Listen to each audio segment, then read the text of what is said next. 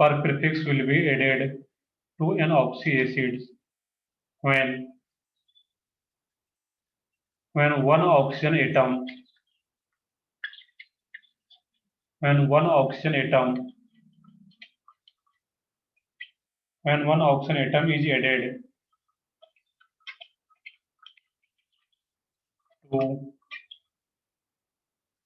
to one molecule of an acid, लिख सकते हो to one molecule of an एक एसिड, किसी भी एक एसिड में अगर हम लोग एक ऑक्सीजन एटम को ऐड करते हैं वहां पे क्या आएगा, पर प्रीफिक्स। जैसे कि यहाँ पे HClO3, HClO3 का नेम क्या होता है यहाँ पे, क्लोरिक एसिड। अब ये तो नेम पिछले क्लास में देखे थे, HClO3 क्लोरिक एसिड। अब इसमें से एक ऑक्सीजन को ऐड कर दिया जाए, HClO4, ये क्या था, क्लोरिक एसिड। इसी में अब क्या आ जाएगा यहाँ पे, पर क्लोरिक एसिड, HClO4 पर क्लोरिक एसिड।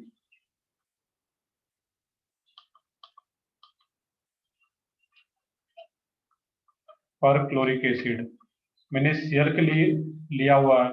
अब यहाँ पे HiO3 आता है, आयोडिक एसिड। आयोडिक एसिड में अगर एक ऑक्सीजन ऐड करते हैं तो क्या हो जाता है, HiO4, और HiO4 का नेम क्या आ जाता है, पर आयोडिक एसिड। तो जब भी चार ऑक्सीजन आ रहा है, क्लोरीन हो, ब्रोमीन हो, आयोडीन हो, जो भी आ रहा है यहाँ पे HiO4, ये क्या रहेगा, पर आयोडिक एसिड। यहाँ पे एक एसिड में से एक ऑक्सीजन एटम को ऐड कर रहे हैं। या फिर इस तरीके से HNO3 नाइट्रिक एसिड हो, इसमें से एक ऑक्सीजन को ऐड कर देंगे तो ये क्या हो जाएगा, HNO4। इसका नेम क्या आ जाता है यहाँ पे, पर नाइट्रिक एसिड। नेक्स्ट हो यहाँ पे H2SO4 हो, इसमें से एक ऑक्सीजन एटम को ऐड कर दिया है यहाँ पे तो ये क्या हो जाएगा, H2SO5। इस कंपाउंड का नेम क्या आ जाता है, H2SO5 का पर सल्फ्यूरिक एसिड, पर सल्फ्यूरिक एसिड। और इसका एक इंपॉर्टेंट और नेम क्या था, कैरो। सही है, इसी का नेम क्या था, कैरोज एसिड। वो पहले भी नेम लिखे हुए थे। अब यहाँ पे इसको पर सल्फ्यूरिक एसिड या इसको पेरोक्सो मोनोसल्फ्यूरिक एसिड भी बोला जाता है, क्योंकि इसका जब स्ट्रक्चर मैंने ड्रॉ करवाया था बॉन्डिंग में तो वहाँ पे ऑक्सीजन ऑक्सीजन बॉन्ड आता था, पेरोक्सी बॉन्ड आता था, इसलिए इसको क्या बोला जाता है, पेरोक्सो मोनोसल्फ्यूरिक एसिड। वो भी एक नेम रहता है, वो भी याद रखना है। Due to peroxy bond peroxo monosulphuric acid भी बोला जाता है। तो ये भी क्या था, सल्फ्यूरिक एसिड एक एसिड आ रहा था, H3PO4 आ रहा हो, H3PO4, इसमें से एक ऑक्सीजन एटम को ऐड किया जाए यहाँ पे, ये क्या बन जाएगा, H3PO5। तो फास्फोरिक एसिड से आ रहा है, ये क्या हो जाएगा यहाँ पे, पर फास्फोरिक एसिड, पर फास्फोरिक एसिड।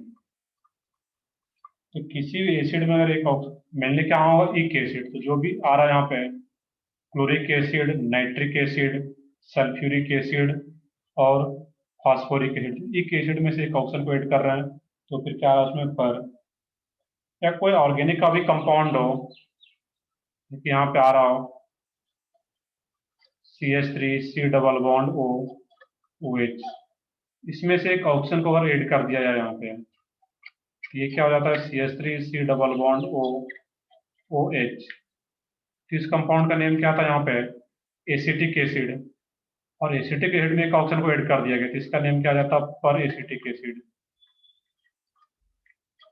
पर एसिटिक एसिड। हम लोग एक एग्जांपल और देख ही लेते हैं यहाँ पे। अब यहाँ पे क्या है, इस केस में C डबल बॉन्ड O और यहाँ पे OH रहा था, ये क्या है, बेंजोइक एसिड।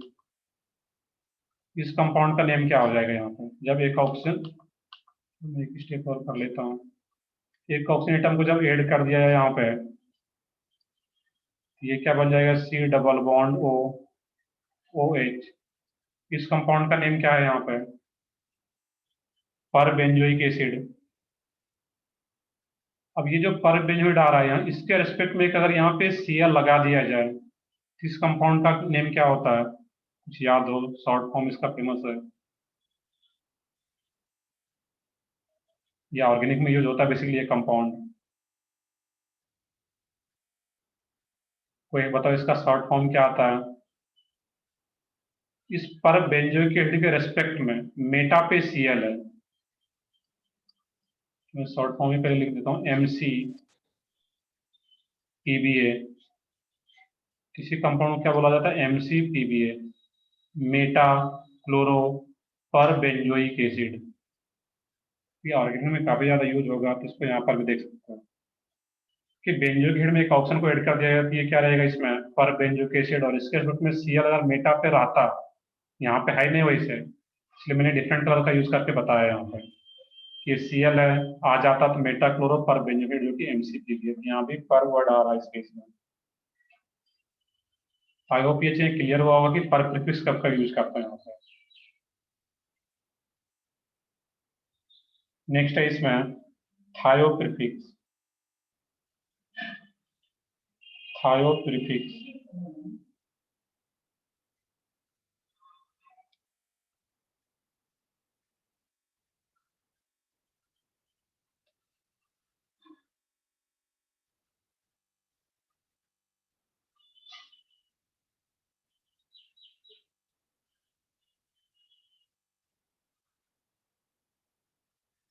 तो नोट कर चुके हो, यहाँ तक हम लोग आगे देखते हैं। थायो prefix,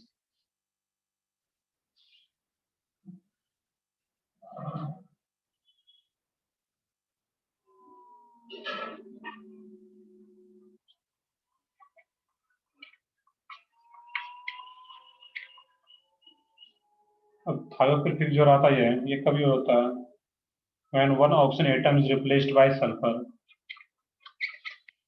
when one oxygen atom when one oxygen atom is replaced by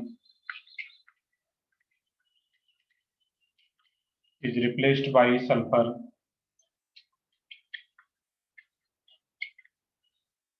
replaced by sulfur। अब जैसे कि यहाँ पे आ रहा हो H2SO4 हो, इसमें से एक ऑक्सीजन को माइनस करके एक सल्फर अगर ऐड कर दिया है यहाँ पे, ये क्या बन जाता है? H2H2O3। सिमिलरली H2SO3, इसमें भी एक ऑक्सीजन को बाहर करके माइनस ऑक्सीजन प्लस सल्फर, एक सल्फर को ऐड किया जाए, ये क्या आ जाएगा? H2H2O, और इसमें H2H2O3, H2H2O2, सही है। अब इस दोनों कंपाउंड का नेम देखना है। H2H2O3 ये किससे बन रहा है? सल्फ्यूरिक एसिड से बन रहा है, और सही है, तो इसका नेम क्या हो जाता है? थायो सल्फ्यूरिक एसिड। जिससे ये बन रहा है उसी में थायो वर्ड आगे यूज कर देना था, प्रीफिक्स थायो सल्फ्यूरिक एसिड। तुम लोगों को इसका भी बुकलेट मिला है क्या, बिन का? नहीं सर, नहीं सर। बुकलेट नहीं मिला है? मिला है तुम लोगों को? जीआर वालों को मिला है इसका?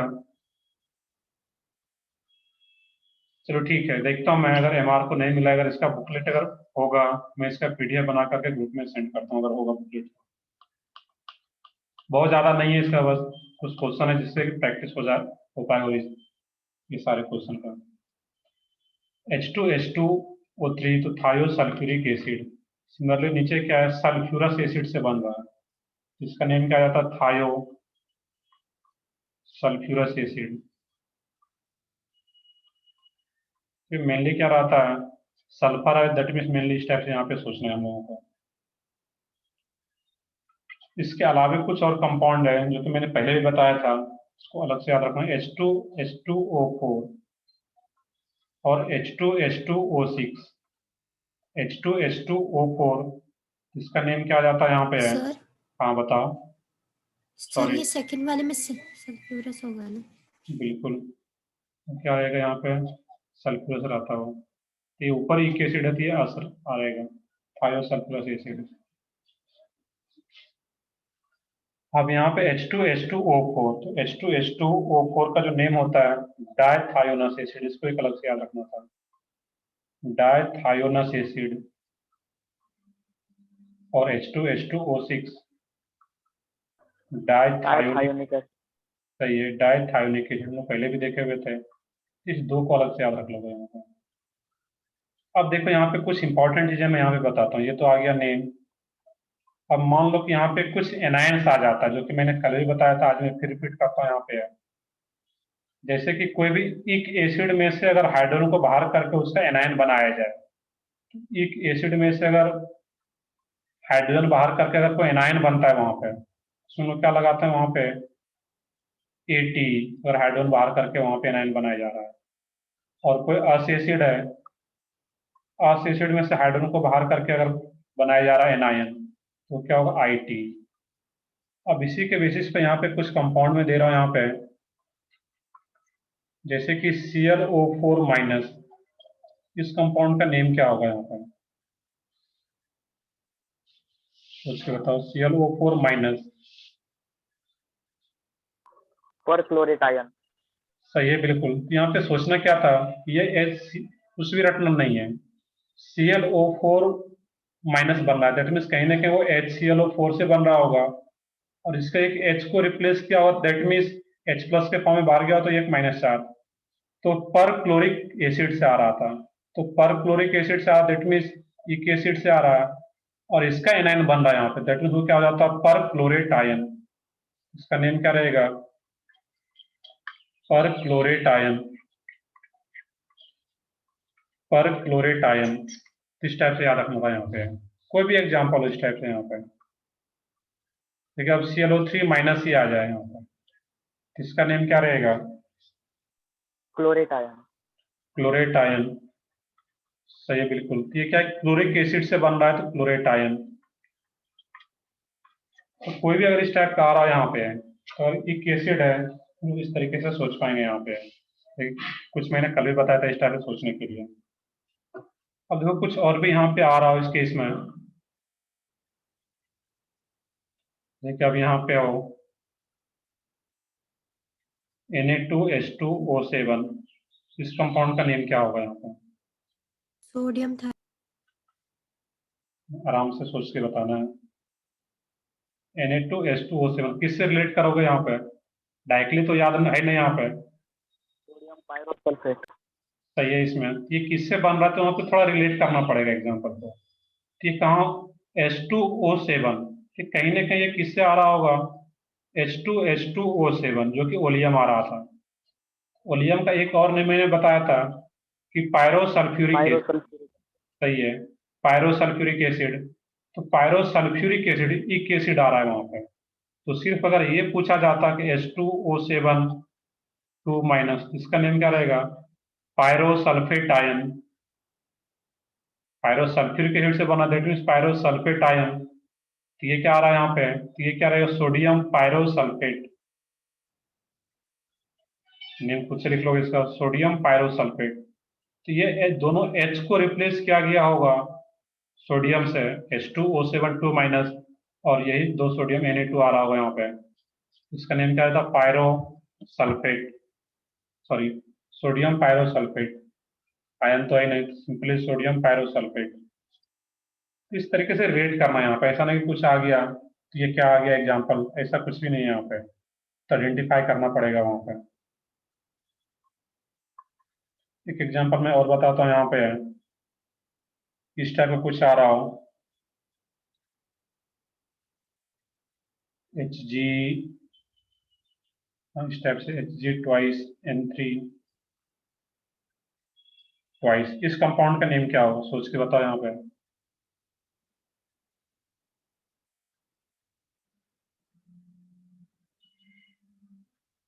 आसान सा है, थोड़ा सोचना पड़ेगा इसमें। कि पहले सोचने की मर्क्यूरस है या मरकरी, मतलब मर्क्यूरस या मर्क्यूरी। कैसे सोचोगे, Hg2N3 ट्वाइस, इसका मतलब क्या, ये जो 2 आ रहा होगा इधर से आ रहा होगा, Hg2 2 प्लस और N3 माइनस, और N3 माइनस को हम लोग क्या बोलते थे, Azide. अजाइड, ये अजाइड है, नाइट्राइड अलग होता था, ये क्या N3 माइनस अजाइड, ये अजाइड, और ये Hg22 प्लस मर्क्यूरस, इसका नेम क्या जाता है यहाँ, सही है, mercurous azide, mercurous mercurous azide. I hope ये कोई भी कंपाउंड का अगर नेम आ रहा है यहाँ पे है तो उसको इस तरीके से सोच सकते हो, यहाँ पे जो प्रीफिक्स है मिलने, यहाँ पे क्या क्या प्रीफिक्स यूज हो रहा है उसको एक याद रखना था यहाँ पे। बाकी देखता हूँ अगर वो पीडीएफ मिल पाता है तो वहाँ पे कुछ नहीं क्या रहेगा वहाँ पे। तो एक कंपाउंड हो रहा है यहाँ पे लास्ट में CaOCl ट्वाइस, इस कंपाउंड का नेम क्या है यहाँ पे,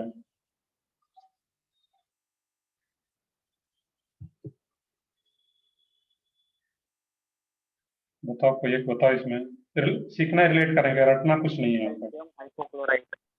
सही है बिल्कुल। वो क्या रहेगा यहाँ पे, कैल्शियम हाइपोक्लोराइड। सोचना कैसे है कि केटाइन क्या होगा यहाँ पे Ca2 प्लस और एनाइन क्या है OCl माइनस। OCl माइनस का मतलब क्या है कि एक नेगेटिव चार्ज है, तो नेगेटिव चार्ज कब आता है जब एक H प्लस के फॉर्म में बाहर गया होगा, एक H को अपने से ऐड कर देते हैं HOCl। तो ये क्या आ रहा है यहाँ पे, हाइपो वर्ड यूज होता था यहाँ पे, हाइपोक्लोराइड आयन, तो हाइपोक्लोराइड ये हाइपोक्लोरस एसिड है, और हाइपोक्लोरस एसिड से ये क्या बन रहा है हाइपोक्लोराइड आयन। तो यहाँ पे ये हाइपोक्लोराइड आयन और ये कैल्शियम, तो इसका नेम क्या होता है कैल्शियम हाइपोक्लोराइड, कैल्शियम हाइपोक्लोराइड। इतना अगर ना मैंने कल पढ़ा था और आज जो पढ़ा था हम लोग, इतना अगर ध्यान से देखोगे, कोई भी अगर इनऑर्गेनिक कंपाउंड आता है तो उसका नेम सोच पाओगे। चलो ठीक है, इसका मैं देखता हूँ, इसका अगर होमवर्क ये पीडीएफ मिल पाता है, अगर मैं स्कैन करके मतलब फोटो लेकर के भी मैं पीडीएफ बना के भेजता हूँ उसमें। बाकी इसके क्वेश्चन में ज़्यादा कुछ है नहीं यहाँ पे। अब देखोगे यहाँ पे, वैसे तो हम लोग कोऑर्डिनेशन कंपाउंड स्टार्ट करना था, बट एक हम लोग सेलिब्रिटी और थर्मास्यूटी हम लोग पढ़ लेते हैं, उतना उसमें बहुत ज़्यादा टाइम लगेगा, नहीं तो आज के लेक्चर में उसको पूरा करता हूँ, फिर हम लोग नए टॉपिक को कोऑर्डिनेशन कंपाउंड बिल्कुल कल भी शायद लेक्चर है, कल के लेक्चर में हम लोग स्टार्ट कर पाएंगे यहाँ पे। सोलिबिलिटी अगर पढ़ लिए होगे जो लोग, जिनको लगता है कि सोलिबिलिटी का क्वेश्चन आता है तो बन जाता है, तो बस वहाँ पे आंसर बताते जाओगे वहाँ पे। सोलिबिलिटी तो पहले हम लोग देख लेते हैं, उसका फिर आगे देखेंगे हम लोग। ये तो बीन का पार्ट था, मतलब जो लोग कर रहे थे वो क्या था, बीन, बेसिक इनऑर्गेनिक नोमेनक्लेचर।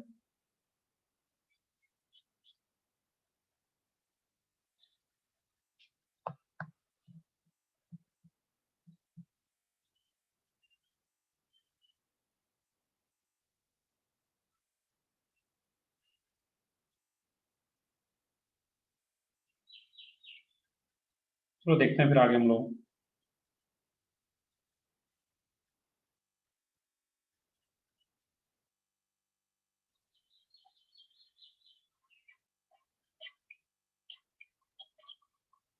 चलो एक चीज तो ये बताओ कि सोलिबिलिटी का टॉपिक कुछ क्वेश्चन कराया गया था इस ब्लॉक में, अलग से शायद नहीं बताया गया सोलिबिलिटी। तो अगर मैं पिछले लेक्चर की बात करूं तो हम लोग पढ़े हुए थे दो टर्म, लैटिस एनर्जी और हाइड्रेशन एनर्जी, और उसके लास्ट में मैंने कुछ 3 पॉइंट्स लिखाया था। कोई भी कंपाउंड सोल्यूबल कब होता है, कंडीशन क्या था उसके लिए, कुछ याद हो, हाइड्रेशन एनर्जी और लैटिस एनर्जी को हम रिलेट कर रहे थे वहां पे कि किसी भी हाइड्रेशन एनर्जी ज्यादा होगी लैटिस एनर्जी। सही है, क्योंकि ये क्वेश्चन मैं इसलिए पूछ रहा हूँ यहाँ पे कि एक बार जब क्वेश्चन जे मेंस में पूछा गया था, वहां पे ये पूछा गया था in which of the following compound have greater hydration energy than lattice energy. तो हाइड्रेशन एनर्जी किसका ज्यादा है लैटिस एनर्जी से, तो डाटा तो याद रखना नहीं था, डायरेक्टली वहां पे ये पूछा गया था कि ज्यादा सोल्यूबल कौन सा है। फिर ऐसा क्वेश्चन पूछा जाता है कि किस कंपाउंड का हाइड्रेशन एनर्जी लैटिस एनर्जी से ज्यादा है, दैट मीन जो ज्यादा सोल्यूबल कंपाउंड होगा उसमें क्या होगा, हाइड्रेशन एनर्जी उसका ज्यादा रहता है, दैट मीन्स इजिली हाइड्रेट हो पाता है, सोल्यूबल हो पाता है वहां पे।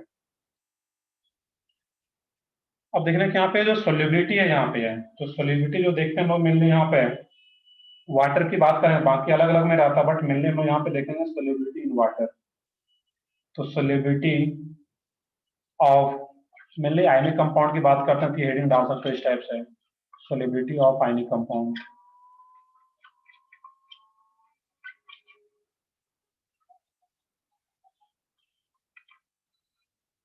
Solubility of ionic compound. अब इस केस में देखोगे कि सोल्यूबल होने के लिए कंडीशन क्या क्या होना चाहिए यहाँ पे। तो कोई भी अगर MX है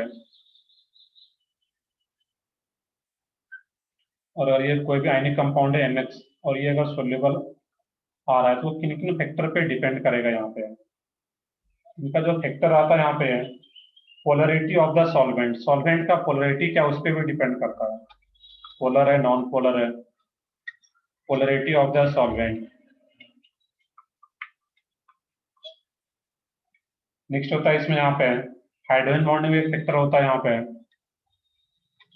हाइड्रोजन बॉन्डिंग। नेक्स्ट होता है इसमें एक डाइलेक्ट्रिक प्रॉपर्टी होता है जो कि तुम लोग फिजिक्स में पढ़े होंगे इलेक्ट्रोस्टैटिक्स में, डाइलेक्ट्रिक प्रॉपर्टी। बाकी वो बस लिख लोगे यहाँ पे बहुत ज्यादा इसको, डाइलेक्ट्रिक प्रॉपर्टी।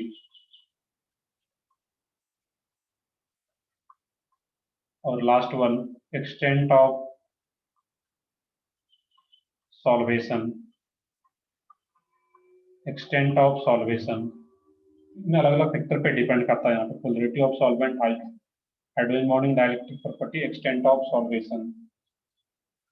अब यहाँ पे ये चीजें तो आई है, मैंने हम लोग यहाँ पे जो क्वेश्चन पार्ट है उस पर हम लोग फोकस करें कि सोल्युबिलिटी इन वाटर अलग अलग कंपाउंड में रहता है, पोलर नॉन पोलर में अलग अलग आयनिक कंपाउंड का सोल्युबिलिटी, बट मेनली जो क्वेश्चन रहता है कुछ नए भी मेंशन है क्वेश्चन में, जो किसमें बात करना है वहां पे वाटर में। तो सोल्युबिलिटी इन वाटर,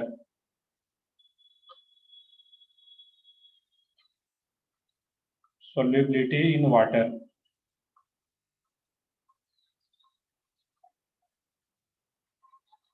कल के लेक्चर से हम लोग कोऑर्डिनेशन कंपाउंड स्टार्ट कर पाएंगे, आज हम लोग इसको अच्छे से फिनिश कर लेते हैं। बाकी तुम लोग जितना भी क्वेश्चन है इससे रिलेटेड, तुम लोगों का संडे को टेस्ट है, एस ब्लॉक का सीट डिस्कस हो गया होगा तुम लोगों का, MR वाले बताओ, कोई एक बताओ। नहीं। एस ब्लॉक का सीट अभी डिस्कस नहीं हुआ है।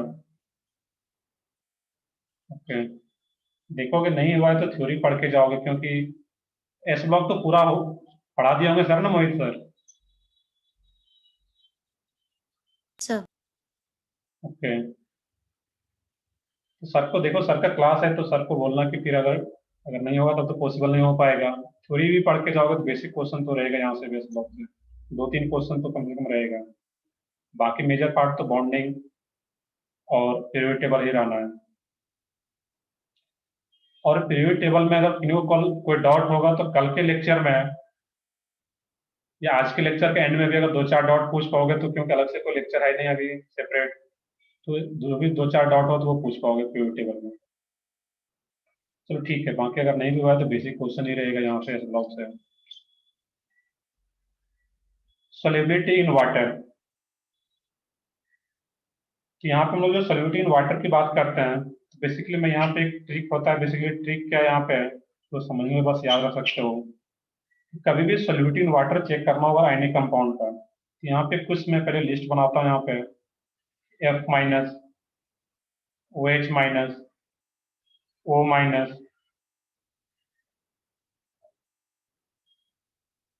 O माइनस एक्स्ट्रा लिख लोगे इसमें यहाँ पे O2 minus, O minus 2, H minus. तो ये सब जो एनाइन लिख रहे हैं हम लोग यहाँ पे, तो ये सब एनाइन जो आ रहा है स्मॉल एनाइन की कैटेगरी में रहता है यहाँ पे, तो क्या बोलते हैं हम लोग स्मॉल एनाइन। क्लोराइड हो, हाइड्रोक्साइड हो, इस टाइप से आ रहा हो, ऑक्साइड हो, हाइड्राइड हो, स्मॉल एनायन। अब जो नेक्स्ट पार्ट है इसमें लार्ज एनायन, तो लार्ज एनायन में कौन कौन सा रहेगा, I माइनस, जो भी आ रहा है CO3 2 minus, sulphate ion, SO4 2 minus, NO3 minus, HSO3 या HCO3 जो भी आ रहा है इस कैटेगरी में, ये सब किस कैटेगरी में आता है? Large anion. क्लियरली देखने से पता चल पाता है कि स्मॉल एनायन और ये क्या है? Large anion. अब लार्ज केटायन और स्मॉल केटायन की बात करते हैं तो मेनली जो क्वेश्चन रहता है एस ब्लॉक से रिलेटेड और एस ब्लॉक से कंबाइन किया जाता है एस ब्लॉक के केटायन से, दैट मींस अल्कली मेटल जो केटायन बनाता है और अल्कलाइन अर्थ मेटल जो केटायन बनाता है, उसी से क्वेश्चन जनरली रिलेट करता है। तो उसका तो मुझे ऑर्डर पता है वहां पे कि कौन सा स्मॉल केटायन और लार्ज केटायन कौन सा है एस ब्लॉक में बात करें ग्रुप 1 ग्रुप 2 का। अब यहाँ पे सोचना ये है, एक इंपॉर्टेंट पॉइंट यहाँ पे नोट करोगे। सर हाँ बताओ। सर ये स्मॉल अनाइन में ये आपने H माइनस लिखा है कि N माइनस? ये H माइनस है, hydride. H minus, H minus है वो, हाइड्राइड में लिख भी देता हूँ यहाँ पे, वो क्या है? Hydride ion. अब यहाँ पे जो नोट है इस केस में कि generally small cation and large anion,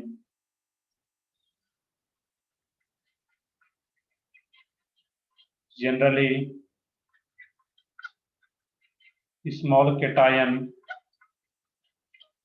and large anion, small cation and large anion का जो भी कंपाउंड होगा, कंपाउंड ये क्या रहता है? Soluble, soluble in water. And small anion भी हो, कोई भी दोनों में से एक स्मॉल हो, and small anion and large cation, ये भी क्या होता है? सोल्यूबल हो पाता है।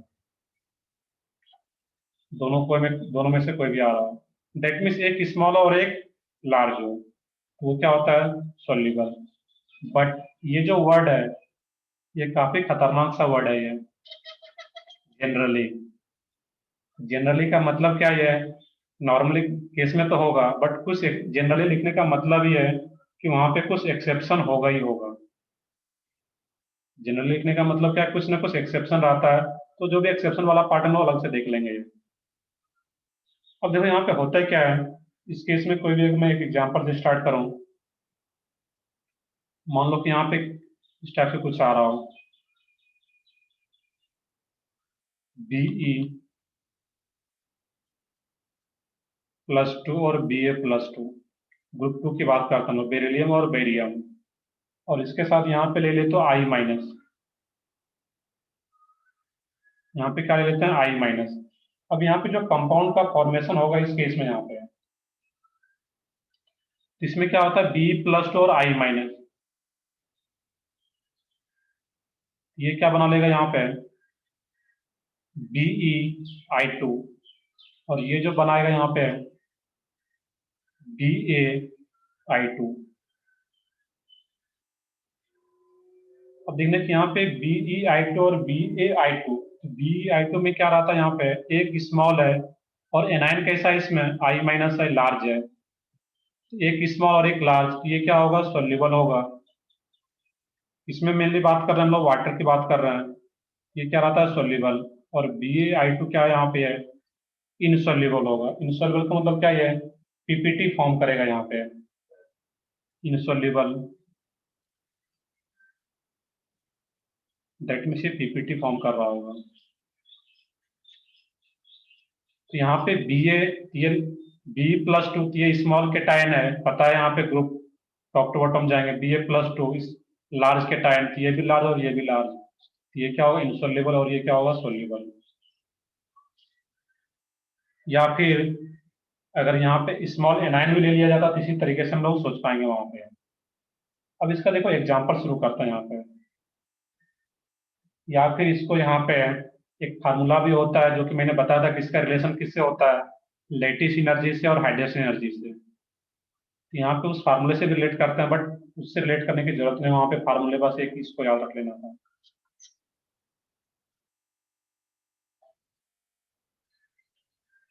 नेक्स्ट यहाँ पे कुछ एग्जांपल्स हम लोग स्टार्ट करते हैं, यहाँ तक नोट करो, फिर एग्जांपल देखेंगे जो कि आसानी से सारा एग्जांपल सोच पाओगे।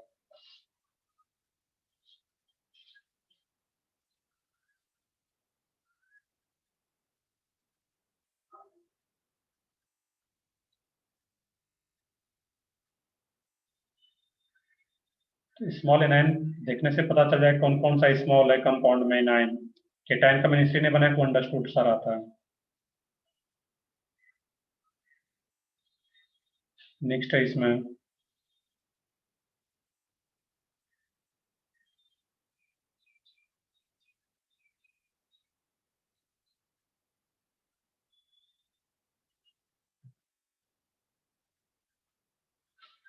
अब इसमें पहला जो कंडीशन है यहाँ पे जो एग्जांपल में देखेंगे, R A greater than R C, A का मतलब क्या है एनायन और सी का मतलब केटायन।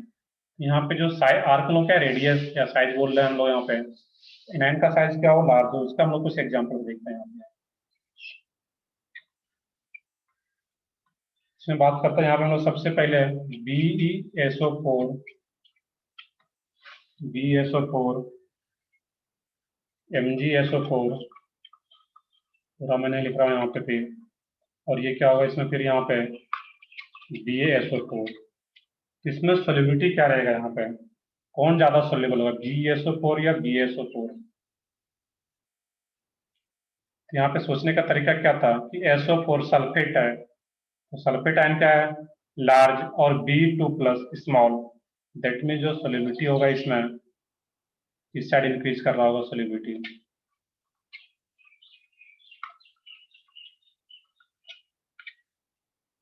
बहुत ही सिंपल सा है कि एक स्मॉल और एक लार्ज आ रहा है, इस टाइप से हम लोग इसको रिलेट कर पा रहे हैं। नेक्स्ट है अभी हम लोग एक देखे थे BeI2, इसके अलावा MgI2, बाकी क्या रहेगा CaI2 SrI2 और BaI2। इसमें क्या रहेगा इस केस में, इसमें भी जो सोलिबिलिटी रहेगा इस केस में यहाँ पे स्मॉल है और लार्ज एनायन आ रहा है, ये भी क्या होगा सोलिबिलिटी इंक्रीज करेगा। अब ये जो ऑर्डर है यहाँ पे जो I2 ले रहे हैं वैसे, बट X भी आ रहा था और X में यहाँ पे क्लोरीन ब्रोमीन आयोडीन, तो वो सेम ऑर्डर आता, बट क्लोरीन के लिए अलग ऑर्डर आता जो कि आगे हम लोग अलग से देखेंगे। यहाँ पे मैंने आयोडीन लिया हुआ है, बट यहाँ पे तीनों में से कोई भी हो सकता है, chlorine bromine iodine.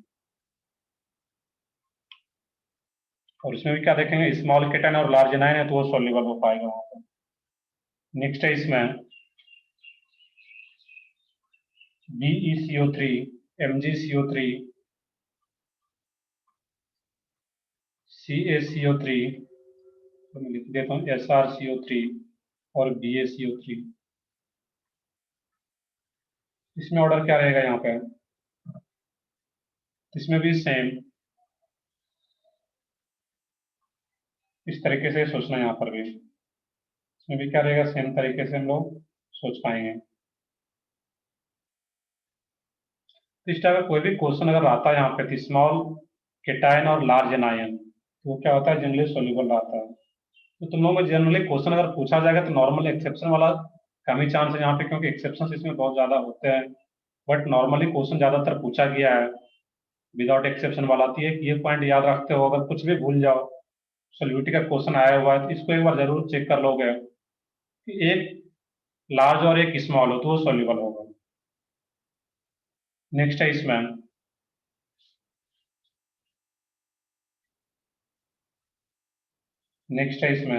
Li, lithium का भी अगर लिया जाए यहाँ पे LiBr NaBr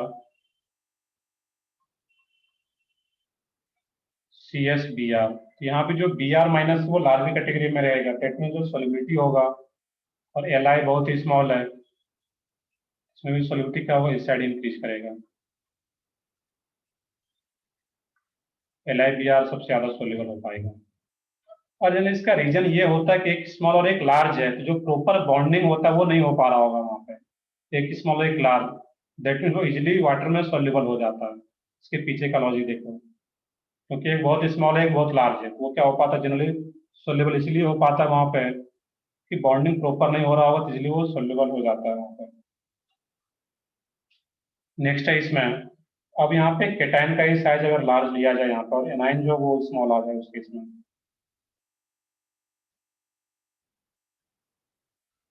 तो मैं पहले नॉर्मल जो है उसको ले लेता हूँ, बाकी एक्सेप्शन वाला पार्ट अलग से देख लेंगे।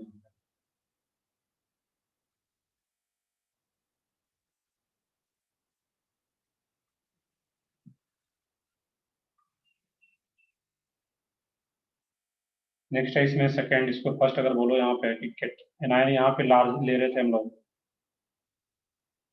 सेकंड में R C greater than R ए,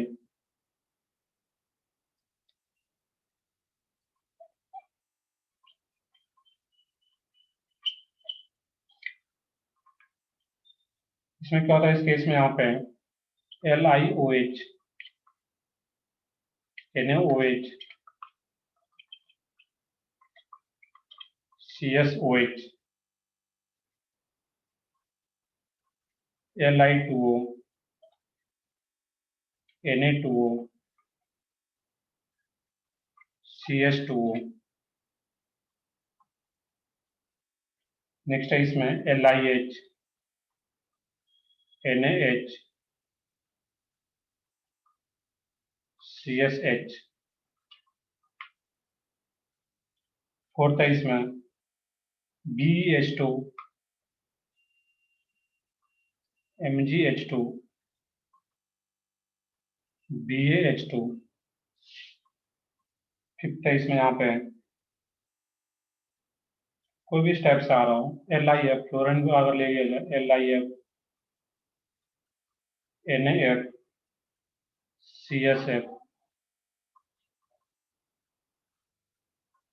नेक्स्ट है इसमें B F two, B E F two, M G F two, C A F two, S R F two, B A F to.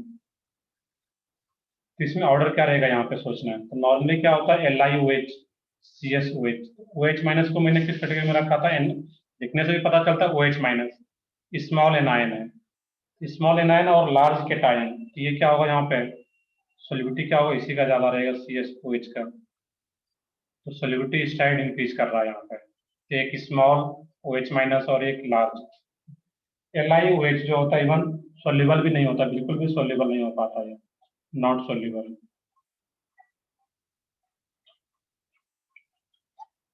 Same L I two N A two O C S two O, इसमें भी क्या होगा इस side increase करेगा solubility, क्योंकि एक small है एक लार्ज है। हाइड्राइड भी है तो ये भी क्या होगा सेम, यहाँ भी नीचे हाइड्राइड है अल्काइन अर्थ मेटल के साथ, ये भी सेम।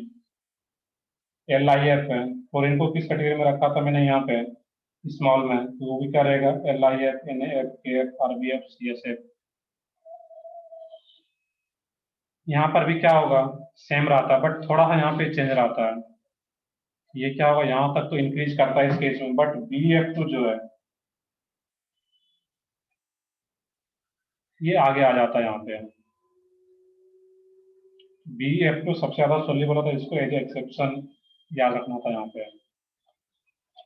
बट मैं जैसा कि रिपीट क्यों, जब भी एक दो बार क्वेश्चन पूछा गया है तो नॉर्मल ट्रेंड का ही पूछा गया सोल्यूबिलिटी से, कोई अलग एक्सेप्शन नहीं दिया गया। जैसे कि मैंने एक बताया था जो क्वेश्चन जेई मेन का था, जीआर वाले भी देख लोगे, ये क्वेश्चन था उसमें 2015 में जेई मेन्स में, कि इसमें अलग अलग ऑप्शन था, उसमें पूछा गया था कि हाइड्रेशन एनर्जी किसका ज्यादा है लेटेस्ट एनर्जी से, डेट में ज्यादा सोल्यूबल कौन सा है, इस तरीके से याद रखना था वहाँ पे। नेक्स्ट है यहाँ पे, तो ये तो नॉर्मल यहाँ पे जितना भी कैटायन है वो क्या स्मॉल आ रहा था, ये लार्ज है तो लार्ज कैटायन वाला और स्मॉल एनायन वाला क्या है सोल्यूबल आ रहा था यहाँ पे। और ये जो एक्सेप्शन है इसका कुछ अलग से स्पेसिफिक रीजन है, बट ये याद रखना कि बी एफ टू आ रहा है यहाँ पे है, फिर भी ये क्या होता है यहाँ पे सोल्यूबल हो पाता है इस केस में। नेक्स्ट है इसमें थर्ड, कुछ एक्सेप्शन वाला जो पार्ट है उसको देख लेते हैं यहाँ पे हम लोग, एक्सेप्शन वाला पार्ट का यहाँ पे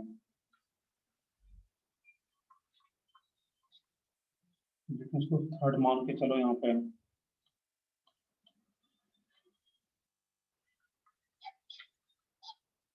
अब यहाँ पे इस टाइप से आ रहा हो LiH CO3 NaH CO3 KH CO3 RbH CO3 CsHCO3 bicarbonate आ रहा है ग्रुप 1 के साथ। इसमें क्या होता है, नॉर्मली होना क्या चाहिए था, यहाँ पे है एक्सेप्शन वाला पार्ट, ये पूरा यहाँ पे है। इसमें एक स्मॉल और लार्ज आ रहा है यहाँ पे। इसमें होना चाहिए था सबसे ज्यादा LiHCO3 का, बट इसमें होता है जस्ट उल्टा यहाँ पे। इसमें सोल्यूबिलिटी दर इंक्रीज करता है। इसका कुछ स्पेसिफिक रीजन है, बाकी ये सोच सकते हैं यहाँ पे है कि हाइड्रोजन वगैरह आ रहा है, जिसके चलते कुछ आ रहा होगा। LiHCO3 इवन ये बहुत ही लेस लेवल आता है यहाँ पे, तो सोल्यूबिलिटी जो ट्रेंड करता है इस टाइप से यहाँ पे। तो बाइकार्बोनेट के केस में अलग रहता है यहाँ पे है। एक और केस देखें, नॉर्मल अगर कार्बोनेट भी और लिथियम वाला केस है यहाँ पे, Li2CO3 Na2CO3 और फिर ये आ रहा है यहाँ पे CH2CO3। इसमें भी अलग ही रहता है यहाँ पे। कार्बोनेट और ग्रुप 1 वाला है यहाँ पे, थोड़ा अलग रहता है इस केस में यहाँ पे।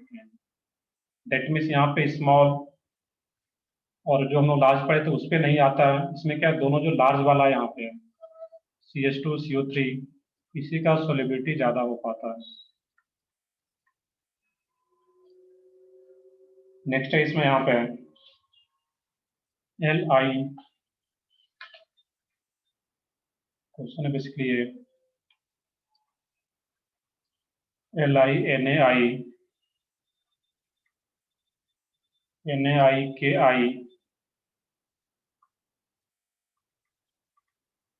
RbI CSI। अब इसमें जो रहता है यहाँ पे, इसमें बहुत सारा चेंज होता है। तो सबसे पहले इसमें जो सोल्यूबिलिटी रहता है NaI का, then LiI KI RbI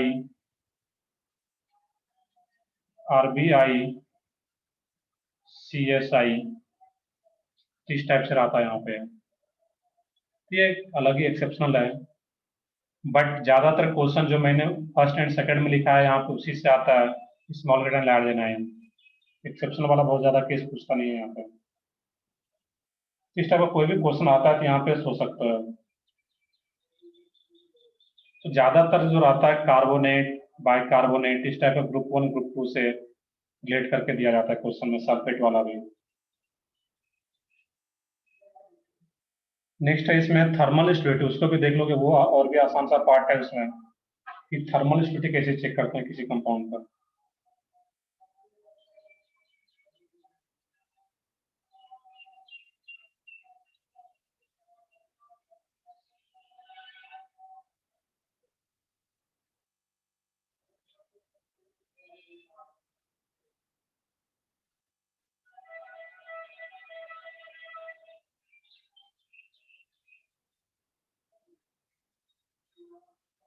next है थर्मल स्टेबिलिटी, और इसका भी जो क्वेश्चन मिलेगा तुम्हें बॉन्डिंग में नहीं मिलेगा इसका क्वेश्चन, सॉल्युबिलिटी और स्टेबिलिटी का। इसका दो चार क्वेश्चन जो मिलेगा तुम्हें एस ब्लॉक में ही है इसका भी।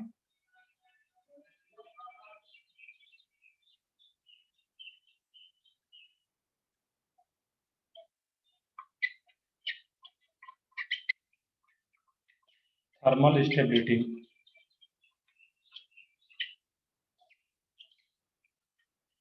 थर्मल स्टेबिलिटी का नेम से क्लियर है कि थर्मल स्टेबिलिटी क्या होता है, stability of a molecule at high temperature. High temperature पे कौन सा मॉलिक्यूल स्टेबल रह पाता है, थर्मल का मतलब क्या, टेम्परेचर से।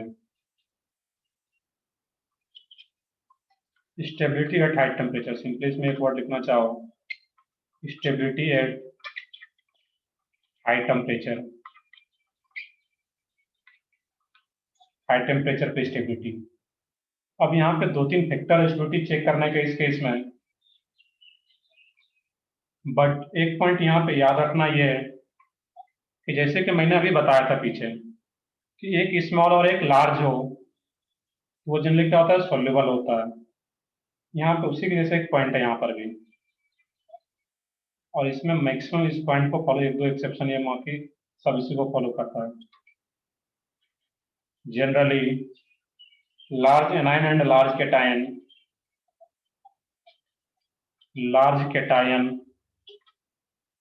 एंड लार्ज एनायन और स्मॉल कैटायन और small anion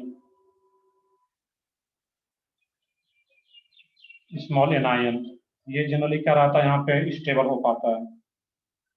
large cation large anion that mean same size का अगर आ रहा हो तो क्या होता है, वहां पे थर्मली ज्यादा स्टेबल होता है।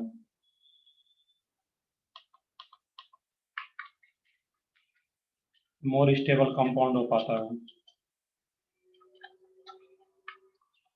More stable compound.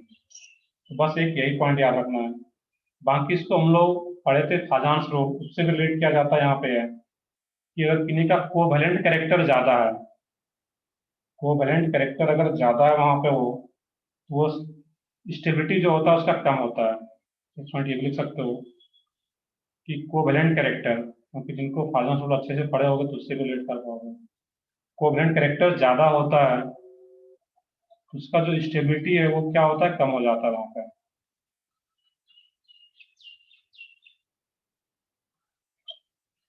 इस दो पॉइंट से रिलेट करना, यहाँ पे जितना भी एग्जांपल आएगा अभी, इसका भी एग्जांपल्स का सीरीज है यहाँ पे है, देखोगे फर्स्ट है इसमें Li2, और खुद से सारा कुछ तुम लोग बताओगे। Li2CO3 Be2CO3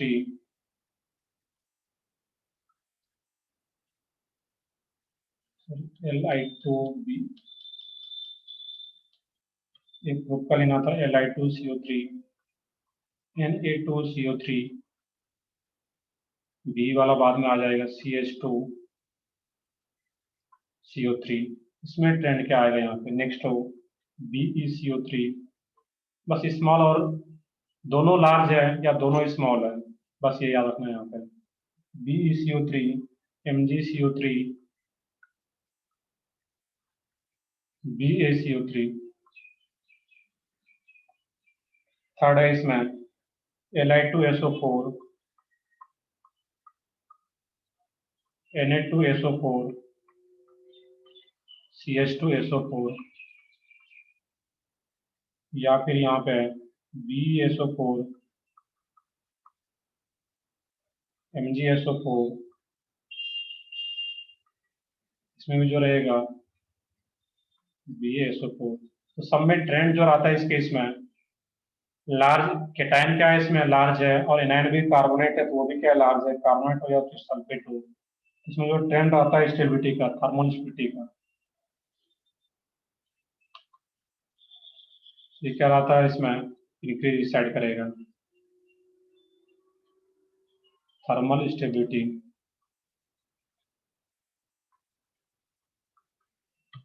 इसमें भी क्या होगा, सेम।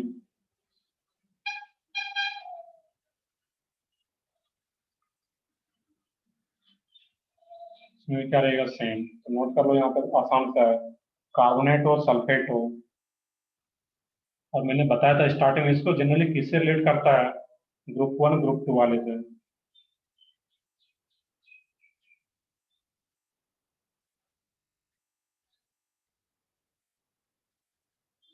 नेक्स्ट है इसमें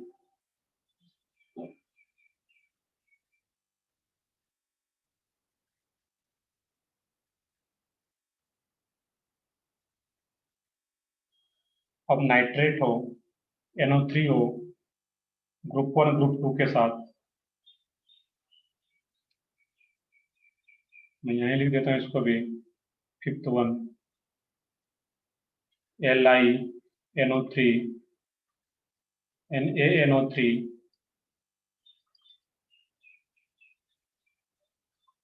CSNO3 LiNO3 NaNO3 CSNO3। Sixth में यहाँ पे BeNO3 ट्वाइस, सेमी सीरीज का है तो मैं दो ही लिखता हूँ यहाँ पे BaNO3 ट्वाइस। यहाँ पे जो नाइट्रेट है वो भी क्या है, लार्ज एनायन है, इसमें भी बिल्कुल सेम रहता है यहाँ पे थर्मल स्टेबिलिटी। नेक्स्ट है इसमें यहाँ पे Li2O, Li2O CH2O, इसमें किसका ज्यादा होना चाहिए? नॉर्मल जितना हम लोग पढ़े थे उसको उसके बताओ यहाँ पे Li2O का या फिर CH2O का स्टेबिलिटी। Li2O। सही है बिल्कुल। ये क्या इसमें स्मॉल दोनों स्मॉल है तो वो भी स्टेबल रहेगा थर्मली, क्योंकि वो प्रॉपर बॉन्डिंग हो पा रहा होगा। एक ये रीजन हो सकता है वहाँ पे BO, और ये क्या आ रहा है यहाँ पे BAO। तो इसमें क्या होगा, इस साइड इंक्रीज करता है।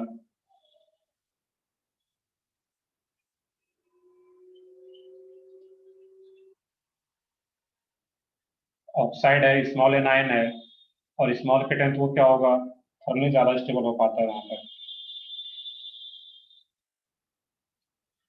नेक्स्ट है इसमें कोई हाईलाइट भी आ रहा हो, ग्रुप 1 ग्रुप 2 के साथ अगर कोई हाईलाइट भी हो।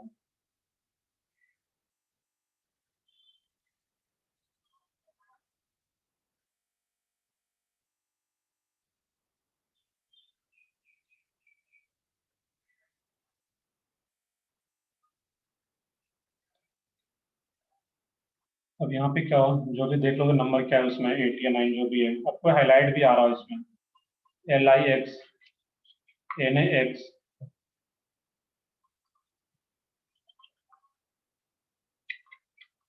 CSX। अब इसमें जो X रहता है ये कोई भी हो सकता है यहाँ पे, क्लोरीन, क्लोरीन, ब्रोमीन, ब्रोमीन और आयोडीन। इसमें भी क्या होगा, यहाँ पे LIX आ रहा है इस केस में।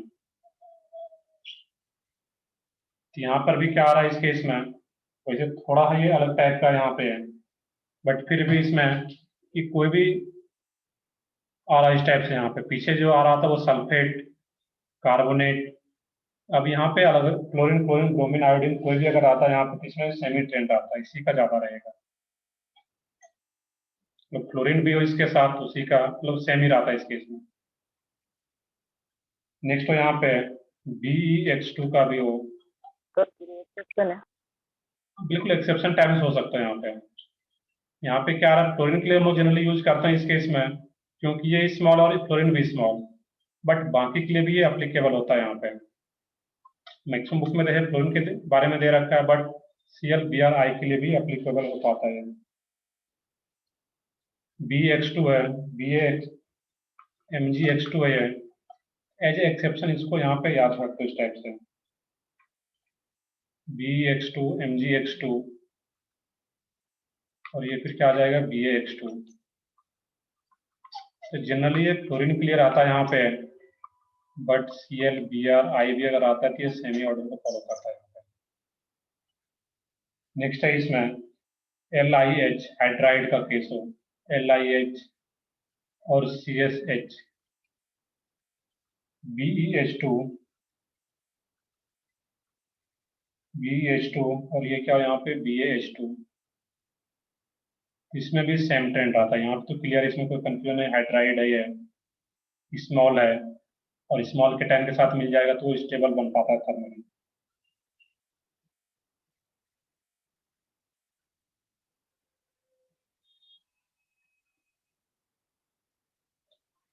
तो इस टाइप से भी इसको रिलेट करना है यहाँ पे हम लोगों को।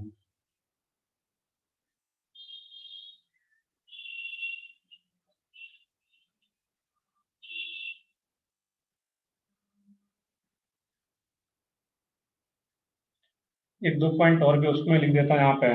नेक्स्ट है LiOH, LiOH, CSOH। नेक्स्ट है यहाँ पे BeH2, हाइड्रोक्साइड और ग्रुप 2 का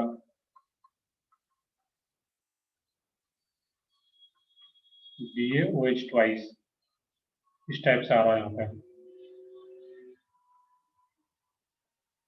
अब इस केस में देखना यहाँ पे LiOH, ये दोनों मेनली ज्यादा एक्सेप्शन वाला केस है, बिल्कुल अपोजिट आता है, जबकि OH माइनस है फिर भी इसमें जो थर्मली स्टेबल होता है यहाँ पे है, इसका ट्रेंड इस टाइप से रहता है।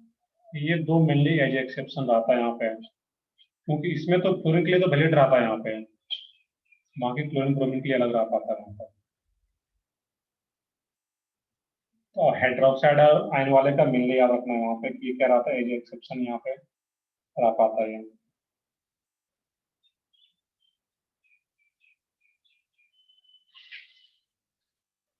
इस टाइप का जो भी क्वेश्चन अगर आता है अब यहाँ पे, इसमें कुछ नया नहीं है, इसको सोच सकते हो अब यहाँ पे।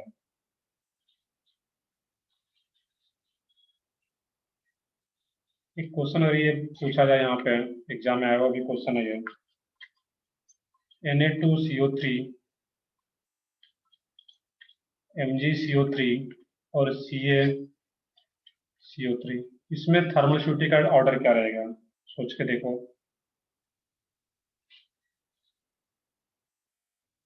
Na2CO3 MgCO3 और CaCO3,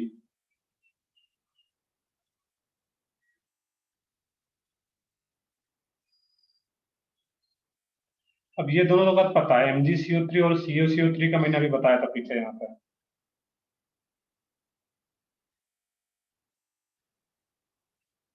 थर्मल स्यूटी की बात कर रहे हैं बेसिकली हम लोग यहाँ पे। तो थर्मोस्यूटी की बात करें अगर हम लोग यहाँ पे, पीछे क्या था, CaCO3 और MgCO3, यहाँ पे इस दोनों में पहले कंपेयर कर लेते हैं MgCO3 और CaCO3। तो CaCO3 लार्ज कैटायन है Ca और CO3, तो CaCO3 का ज्यादा होगा MgCO3 से, सही है। इसमें 3 का तो ज्यादा है 2 से। अब 1 को कैसे प्लेस करना है यहाँ पे, तो Na2CO3 इसका तो कोई रिलेशन लोग पढ़े नहीं थे यहाँ पे आप, Na2CO3 और MgCO3, तो यहाँ पे हम लोग 4 से रिलेट कर सकते हैं। तो यहाँ पे क्या रहा है, Na प्लस और ये Mg+2 आ रहा है। तो Mg+2 अगर आ रहा है यहाँ पे, तो हम लोग फाजन रूल का 4 रूल पढ़े हुए थे, small cation large anion, anion तो सेम है, स्मॉल केटायन। तो केटायन जो Na+ और Mg+2 है, तो दोनों सेम रेट का एलिमेंट है, तो साइज बहुत ज्यादा वेरी नहीं करता यहाँ पे, मतलब साइज बहुत बड़ा मैटर नहीं है यहाँ पे, चार्ज बहुत ज्यादा वेरी करता है यहाँ पे।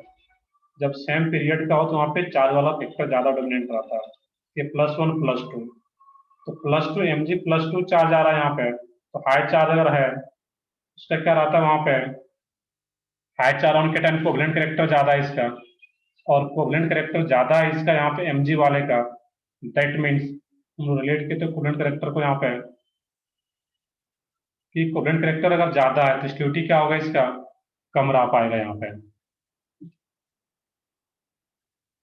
अब देखो ये हमेशा नहीं रहा था, कुछ केस में यहाँ पे हम लोग देखे थे, मेनली ये इस पॉइंट के बेसिस पे मैंने सारा एग्जांपल को एक्सप्लेन किया यहाँ पे, क्योंकि ये जो फैक्टर है यहाँ पे कोवलेंट कैरेक्टर वाला और थर्मोस्यूटी वाला, एक हीटिंग इफेक्ट भी रहता है यहाँ पे, जो कि अलग पार्ट रहता है, उतना हम लोगों को डिटेल में जाना नहीं है। पढ़े होंगे हीटिंग इफेक्ट की कौन कौन सा कार्बोनेट है या नाइट्रेट है, उसको हीट करने के बाद किसमें ब्रेक होता है वो। तो मेनली यहाँ पे हम स्टेबिलिटी रिलेट करें इस केस में Na2 का, क्योंकि इसका तो कोवलेंट कैरेक्टर ज्यादा है, इसका क्या होगा, स्टेबिलिटी ज्यादा रह पाएगा, आयनिक कैरेक्टर ज्यादा होगा Na2CO3। इस टाइप से हम लोग रिलेट करके क्वेश्चन को सोच सकते हैं, बट ऐसा भी कभी पूछता है ज्यादा, अगर ऐसा पूछता है तो कोवलेंट कैरेक्टर रिलेट करके सोच पाएंगे। और बाकी इस टाइप का ट्रेंड है तो स्मॉल केटन और लार्ज एनायन, ये दोनों स्मॉल और दोनों लार्ज हो तो फिर वो क्या होता है, थर्मली स्टेबल हो पाता है। इस टाइप का कोई भी क्वेश्चन हो वहां पे आप सोच सकते हो। चलो ये तुम लोग देख रहे थे सॉल्यूटिव और थर्मल स्टेबिलिटी वाला, इसका भी एक क्वेश्चन जरूर रहेगा पेपर में। बाकी देखता हूँ पेपर क्या है उसमें, उसका बहुत सारी बनाए हैं, बट एक क्वेश्चन जनरली आता है सॉल्यूबिलिटी से और थर्मल स्टेबिलिटी में से किसी में से। चलो इसके अलावा जो तुम लोगों का और भी आज का कुछ डाउट हो, क्योंकि आज हम लोग कोऑर्डिनेशन कंपाउंड, ये थर्मल स्टेबिलिटी यहीं पे फिनिश होता है, तुम्हारा जो भी अब डाउट हो कोऑर्डिनेशन कंपाउंड, कल के क्लास में हम लोग कोशिश करेंगे कुछ स्टार्ट, और स्टार्ट भी करेंगे बहुत बेसिक चीज स्टार्ट करेंगे, ऐसा नहीं कि डेफिनेशन वगैरह कल देखेंगे हम लोग, क्योंकि तुम लोगों का टेस्ट है संडे को। अभी कुछ डाउट हो तुम लोगों को पीरियोडिक टेबल, केमिकल बॉन्डिंग, क्योंकि टाइम तो ऑलमोस्ट हो चुका है, तुम लोगों को अगर इंडिविजुअल डाउट हो तो वो पूछ सकते हो अभी।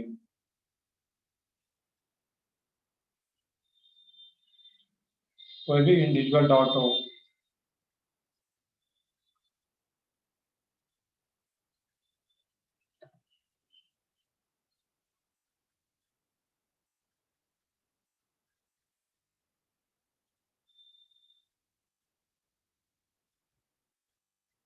चलो अगर डॉट वगैरह नहीं है तो फिर मैं यहीं पे सेशन एंड करता हूँ, क्योंकि आगे तो कुछ पाना नहीं, पूरा पोर्शन हम लोग फिनिश कर चुके हैं।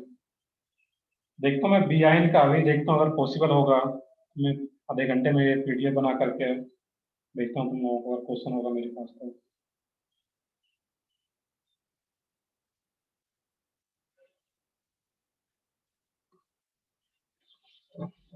चलो ठीक है, फिर मैं सेशन एंड करता हूँ। नेक्स्ट क्लास में इसी को हम लोग क्वेश्चन अगर इसका होगा तो क्वेश्चन प्रैक्टिस कर लेंगे। मैं क्वेश्चन मैं देता हूँ इसका यहाँ पे पीडीएफ बना करके।